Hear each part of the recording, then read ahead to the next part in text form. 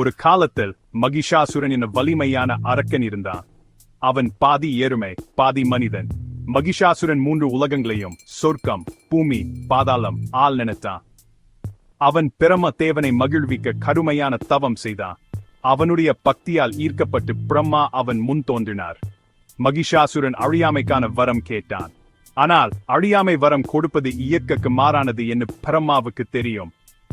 ஒவ்வொரு உயிரும் தேவராய் இருந்தாலும் சரி, அசுரனாய் இருந்தாலும் சரி, இறப்புக்கு உட்பட்டதுதான் என்று மகிஷாசுரனும் சொன்னார். மகிஷாசுரன் சட்டென்னு யோசித்தான். எந்த மனிதனாலோ அல்லது தேவராலோ தன்னை கொல்ல முடியாது என்று வரம் கேட்டான். இது நியாயமான வேண்டுகோள் என்று நினைச்சு பிரம்மா அவனுக்கு அந்த வரத்தை கொடுத்தார். வரத்தால் வலிமை பெற்ற மகிஷாசுரன் சொர்க்கத்தின் மீது படையெடுத்தான். தேவர்களா அவனது வலிமைக்கு ஈடு கொடுக்க முடியவில்லை. தோற்கடிப்பட்டு பயந்து போய் அவர்கள் மும்மூர்த்திகளான பிரம்மா, விஷ்ணு, சிவபெருமானை அணுகினர். தேவர்கள் மும்மூர்த்தியிடம் மகிஷாசுரனிடமிருந்து தங்களை காப்பாற்றுமாறு மன்றாடினர். தங்கள் இருப்பிடத்தில் இருந்து அவன் எப்படி விரட்டிடித்தான் என்பது விளக்கினர். மகிஷாசுரனின் கொடுங்கோமையை கேட்டு மும்மூர்த்திகள் கடுங்கோபடைந்தனர். அவர்களின் சூட்டு கோபத்தில் இருந்தோம் சக்தியில் இருந்தோம் ஒரு பிரகாசமான ஒளி வெளிப்பட்டது. இந்த ஒளி அழகான மற்றும் சக்தி வாய்ந்த துர்கா தேவியாக மாறியது.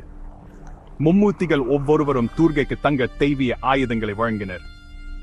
சிவன் தனது திரிசூலத்தையும், விஷ்ணு தனது சுதர்சன சக்கரத்தையும், பிரம்மா தனது தாமரை மலரையும் கொடுத்தார். மற்ற தேவர்களும் தங்கள் ஆயுதங்களை அவளுக்கு வழங்கினர். இப்போது முழுமையாக ஆயுதம் ஏந்தியும் சக்தியுடன் ஜொலிக்கும் துர்கை தனது வாகனமான சிங்கத்தின் மீது ஏறி அமர்ந்தாள். துர்கைக்கும் மகிஷாசுரனுக்கும் இடையிலான போர் 9 நாட்கள் மற்றும் இரவுகள் நடந்தது. அது காண்போரை மெய்சிலிருக்க வைக்கும் காட்சியாயிருந்தது. மகிஷாசுரன் தனது இயல்புக்கேற்ப தந்திரங்களை பயன்படுத்தினான். துர்கையை ஏமாற்ற அவன் தனது உருவத்தை மாத்திட்டே இருந்தான். ஒரு கணம் எருமையாக, அடுத்த கணம் சிங்கமா, பின்னர் மனிதனா, இப்படியே மாறினான். ஆனா துர்கை ஞானமும் வலிமையும் கண்டவள். அவனுடைய ஒவ்வொரு அசைவையும் எதிர்பார்த்தார். தெய்வீக சக்தியுடன் ஜொலிக்கும் தனது ஆயுதங்களுடன் ஒப்பிட முடியாத துணிச்சலுடனும் திறமையுடனும் போரிட்டார். அவர்களின் காலடியில் பூமி நடுங்கியது. வான சக்தியுடன் வெடிச்சது. 10வது நாளில் துர்கை இறுதியா மகிஷாசுரனை அடக்கினார். ஒரு இடி முழக்கத்துடன் அவள் தனது திரிசூலத்தா அவன் மார்பை துளைத்து அவனை என்றும் அழித்தார்.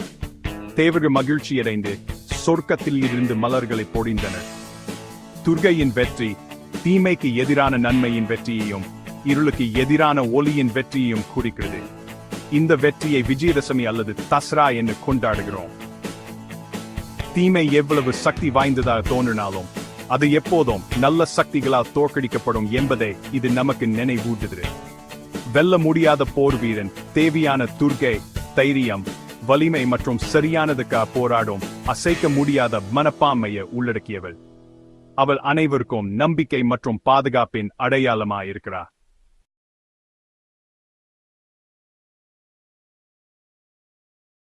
This content sponsored by BuyMood shopping app.